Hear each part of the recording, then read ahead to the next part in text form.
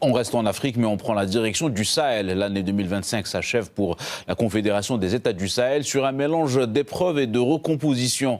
Malgré des tensions économiques et sécuritaires, le Mali, le Burkina Faso ainsi que le Niger ont su garder le cap tout en posant les bases d'une union qui continue son ascension. Myriam Foudiou dresse le bilan de l'Alliance avant le sommet des chefs d'État à Bamako le 22 et le 23 décembre prochain.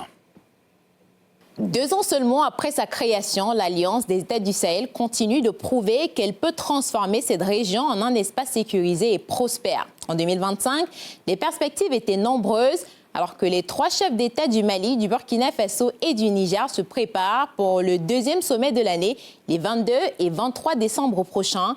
Le bilan de cette année fait déjà couler beaucoup d'encre. Avec 3 secteurs prioritaires, la sécurité, la monnaie et l'économie, auxquels s'ajoute la diplomatie, 2025 a été profondément remodelé, caractérisé par des dynamiques de rupture, de résilience et de réinvention. Sur le plan sécuritaire, l'AES a fait de la coopération militaire renforcée son objectif principal, axé autour de la charte du Liptako-Gourma qui prévoit une défense collective. De ce fait, si l'un des pays membres est attaqué, l'agression sera considérée comme visant tous les pays de l'Alliance. Les États membres ont intensifié les opérations conjointes, mutualisé certains moyens et affirmé leur volonté de reprendre le contrôle de territoires longtemps fragilisés par l'insécurité. Une action marquée par la création d'un conseil de défense des chefs d'état-major que les autorités annonçaient déjà dès le mois de janvier dernier. Je dirais que sur le plan sécuritaire, la mise en place annoncée d'un commandement militaire unifié constitue l'avancée la plus significative. Elle traduit la volonté des États membres de dépasser la logique de coopération ponctuelle, mais aussi d'instaurer une réponse collective et de coordonner face à face une menace terroriste transfrontalière. L'année 2025 a également été marquée par des avancées dans le domaine institutionnel et politique. La transformation de l'Alliance en confédération a donné un cadre plus structuré à la coopération entre les 3 pays. Des mécanismes communs de concertation ont été mis en place, notamment la création d'un Parlement confédéral et d'une Cour pénale sahélienne. Cela témoigne d'une volonté de la part des pays de l'Alliance d'affirmer leur souveraineté et d'offrir des mécanismes de justice qui leur sont propres sans devoir dépendre des systèmes judiciaires souvent biaisés et infiodés aux pays occidentaux. Le Burkina Faso, le Mali et le Niger, membres de l'Alliance des États du Sahel, ont officiellement annoncé la création d'une Cour pénale et des droits humains du Sahel. Cette décision s'inscrit dans une volonté commune d'harmoniser les systèmes judiciaires des 3 pays et de renforcer la lutte contre l'impunité dans la région, renseigne la note de l'AES.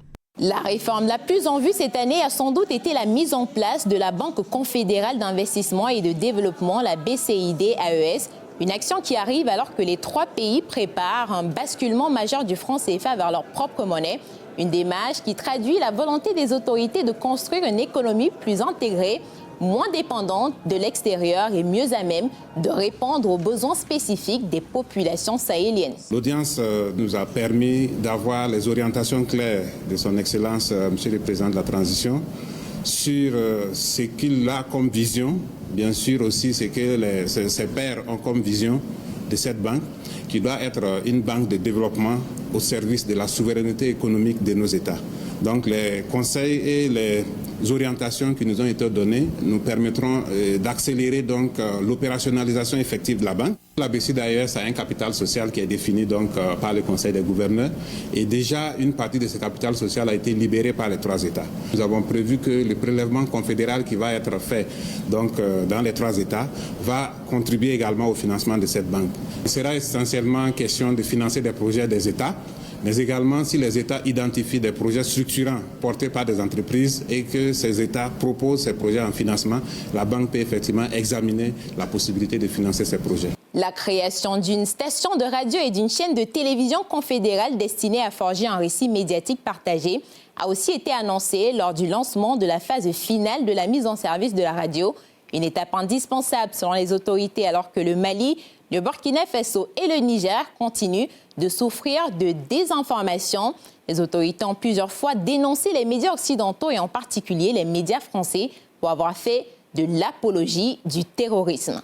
La Haute Autorité de la Communication a suspendu pour 4 mois les services de France 2 des bouquets des distributeurs autorisés au Mali pour des manquements graves à l'éthique et à la déontologie journalistique ainsi que pour apologie du terrorisme. Cette décision intervient après une autosaisine du Collège de la HAC sur un reportage diffusé le 18 janvier 2024 par France 2 sur la situation sécuritaire du Mali. Malgré ces nombreuses avancées, les pays de l'AES ont traversé de nombreuses difficultés tout au long de cette année. L'épisode de pénurie de carburant au Mali lié au blocage des convois à destination de Bamako par les terroristes a été très marquant, mais les autorités maliennes ont pu compter sur le soutien énergétique de leurs voisins du bloc. Les tensions entre pays voisins, notamment le Bénin, la Côte d'Ivoire ou encore le Nigeria, accusés de souvent servir de base arrière pour les terroristes qui déstabilisent le Sahel, n'ont pas non plus aidé. Alors que Bamako se prépare à accueillir un deuxième sommet de la Confédération, les attentes des populations restent élevées, particulièrement en matière de sécurité, de coût de la vie et de gouvernance. Cependant, l'année 2025 aura surtout posé les bases d'un projet ambitieux en pleine évolution.